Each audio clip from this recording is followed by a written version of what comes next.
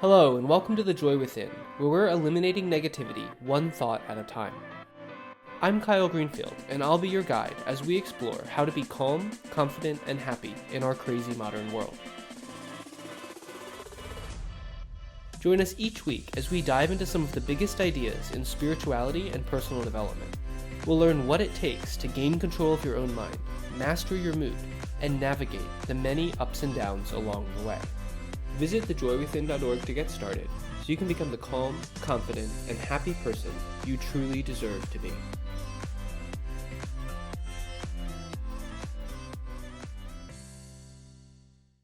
Hello, and welcome back to the Joy Within's podcast.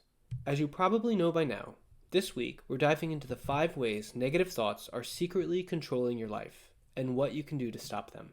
So far, we've looked at stress, doubt, and negative self-talk.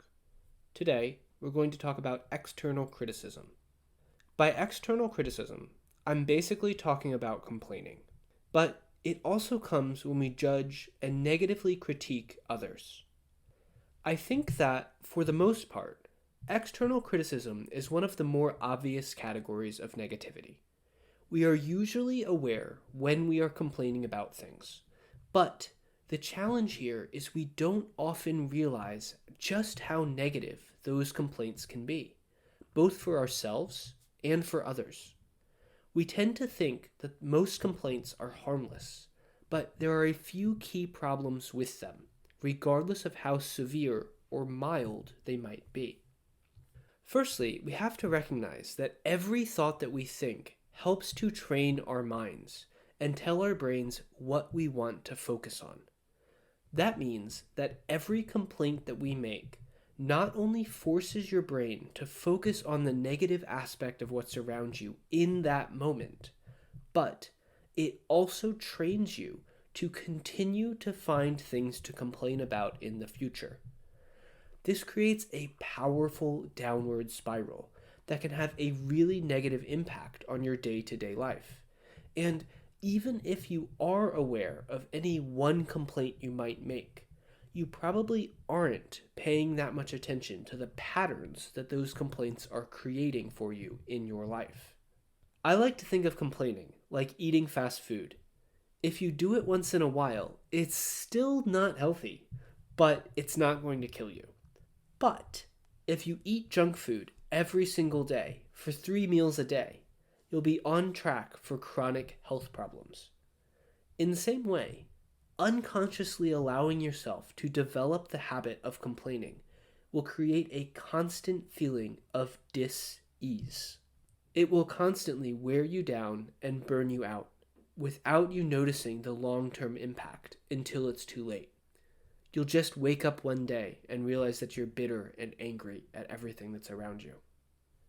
The second reason to pay attention to those little complaints is because every complaint and every criticism, no matter how small it may seem, lowers your energy.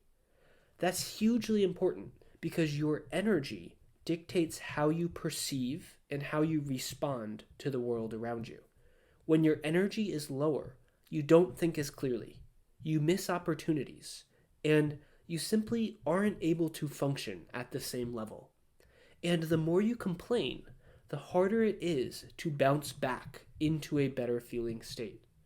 Again, just like eating fast food, if you eat it once, you might feel bad for the rest of the day, but the next day you'll bounce back. You'll still be able to feel healthy and to do your normal exercise routine. But if you eat fast food every single day, you start to not want to move your body as much. You start to feel more sluggish. You start to sit on the couch more. And it just compounds to create the negative spiral. The same is true with complaints.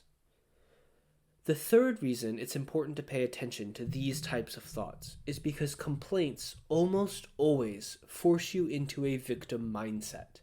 They place blame outside of yourself, which implies that the solution is also outside of your control. You think, if only someone else would be different, I'd be happy.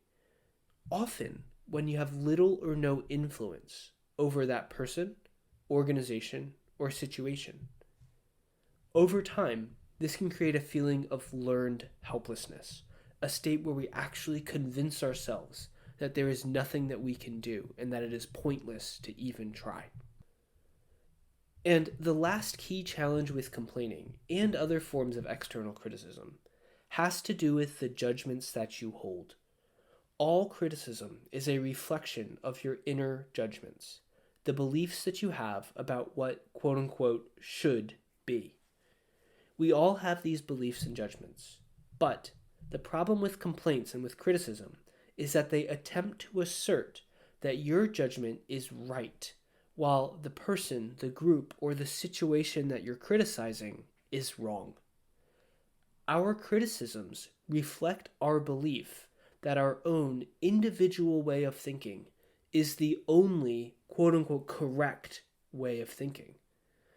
This creates conflict, both with the situation at hand and within ourselves, as we struggle to reconcile our inner beliefs with a world that appears to contradict those beliefs.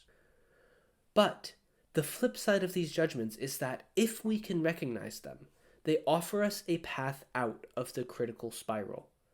If we allow our complaints to point us towards those judgments, just as we talked about letting doubts point the way towards our limiting beliefs, then we can shine a light on them and better decide if and how they might be serving us. If we think in this way, if we're aware of our judgments before we complain about something, then we can just ask, would I rather be right or be happy? Would I rather enjoy what is here or get upset about what I think should be here but isn't? Is this judgment I hold helping me to be happy in this moment? In this moment, is it helping me? Asking these types of questions can help you to eliminate complaints and criticisms really, really quickly, because you become hyper attuned to the role that they're actually playing in your daily life. It doesn't have to be hard, but it does take a little bit of practice. It requires a process of centering, of building self-awareness, and then deliberately choosing a better feeling thought. So if this is you, if you feel like you struggle with excessive complaining, or even if you just want to eliminate some of the smaller complaints that you may face day to day, then know that there is a path out. And I have plenty of other trainings on how to do this throughout the Joy Within. So I encourage you to check those out and start catching those little complaints as soon as possible, in whatever way you can. Thanks for listening, and next time we'll go into the last category of negative thoughts, which are overactive thoughts and a hyperactive mind.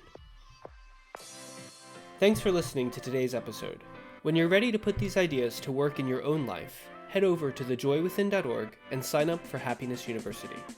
When you do, you'll have access to all of the tools and strategies you need to eliminate negative thoughts by tuning in to The Joy Within.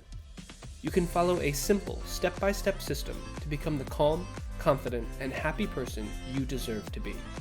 Visit thejoywithin.org to get started today. And if you enjoyed today's podcast, don't forget to like, subscribe, and share it with someone you love, because I think we can all use a little more joy in our crazy modern world.